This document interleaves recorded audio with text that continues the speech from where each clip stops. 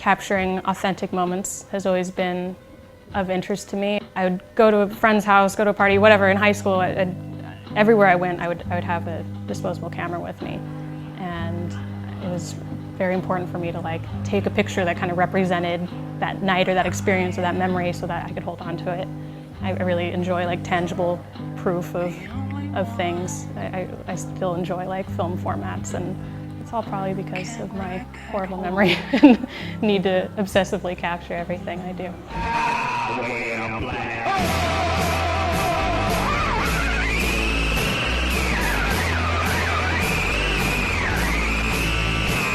For one of my early music videos for Ty Segall and Michael Cronin, they had made an album together, and we were all hanging out a lot at that time. We were all still in Laguna Beach after high school.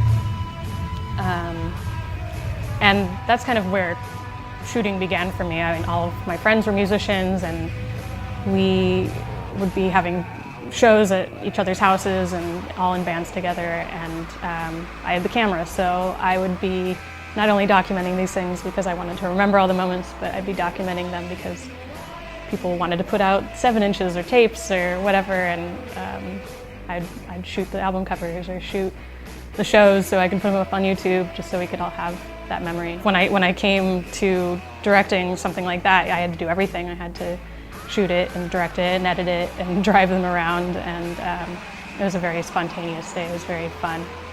A day I really enjoyed.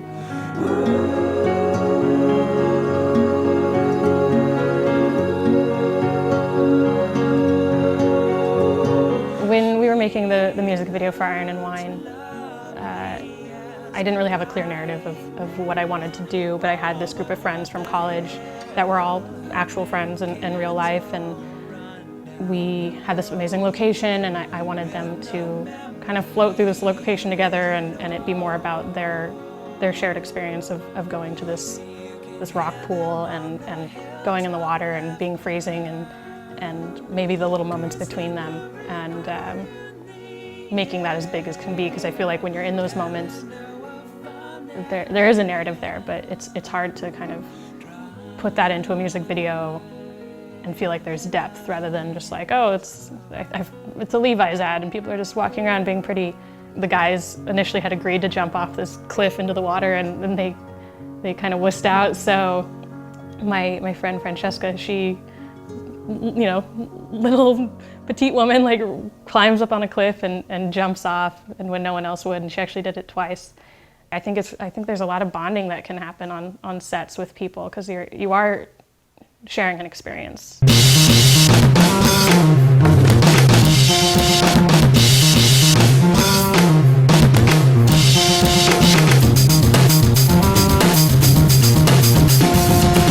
One video where it was really a collaboration was with the band Mute Math for their video Blood Pressure.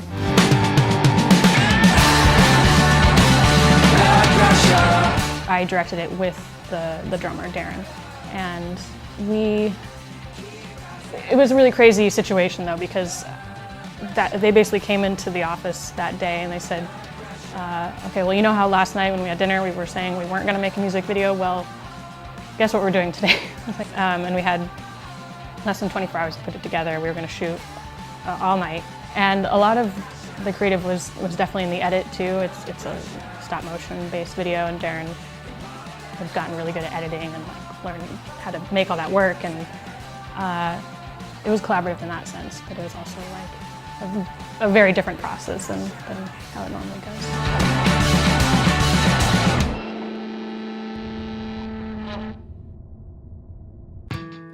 So I started working with a band named Atlas Genius a couple years ago, and got to make a video that explored some like surrealism elements that I really wanted to try to photograph. And I'd spent a lot of my young teen and young 20s in serious like long-term relationships, and I was single for the first time in a long time, and so I made that video kind of out of that experience, but what that would look like if you were physically manifesting your emotions on screen.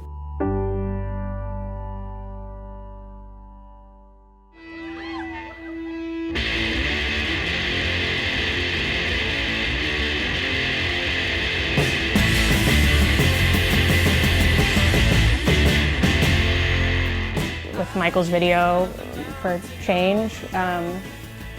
We ended up just throwing like a 16-hour-long party. It was an insanely long day.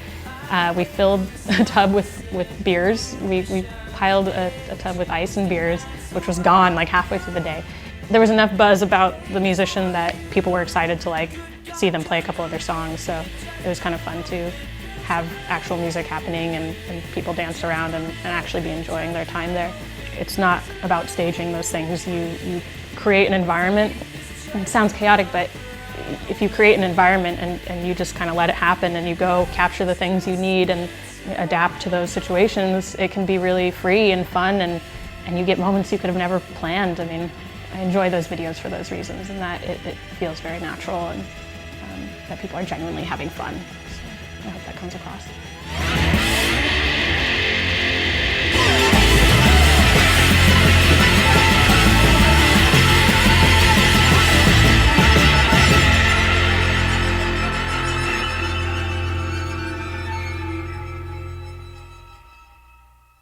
This is Petunia.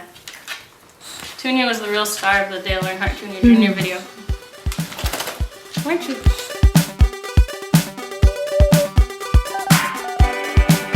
I keep collecting stuff, my house is full. One of my recent videos for Dale Earnhardt Jr., it's a bit different than what I've done. It's a lot more stylized.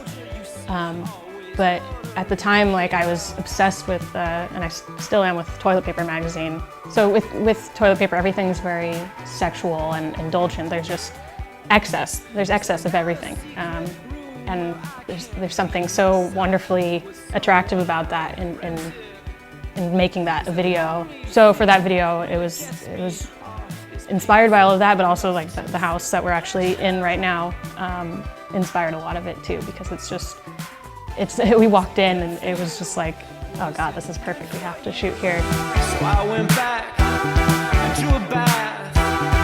I just want to keep playing and keep using those inspirations and my own expression of what I'm feeling at the time, and it's not a very direct place, but it sounds like a fun one. It's best not to know. I think that's what's exciting about life, not knowing what's going to happen.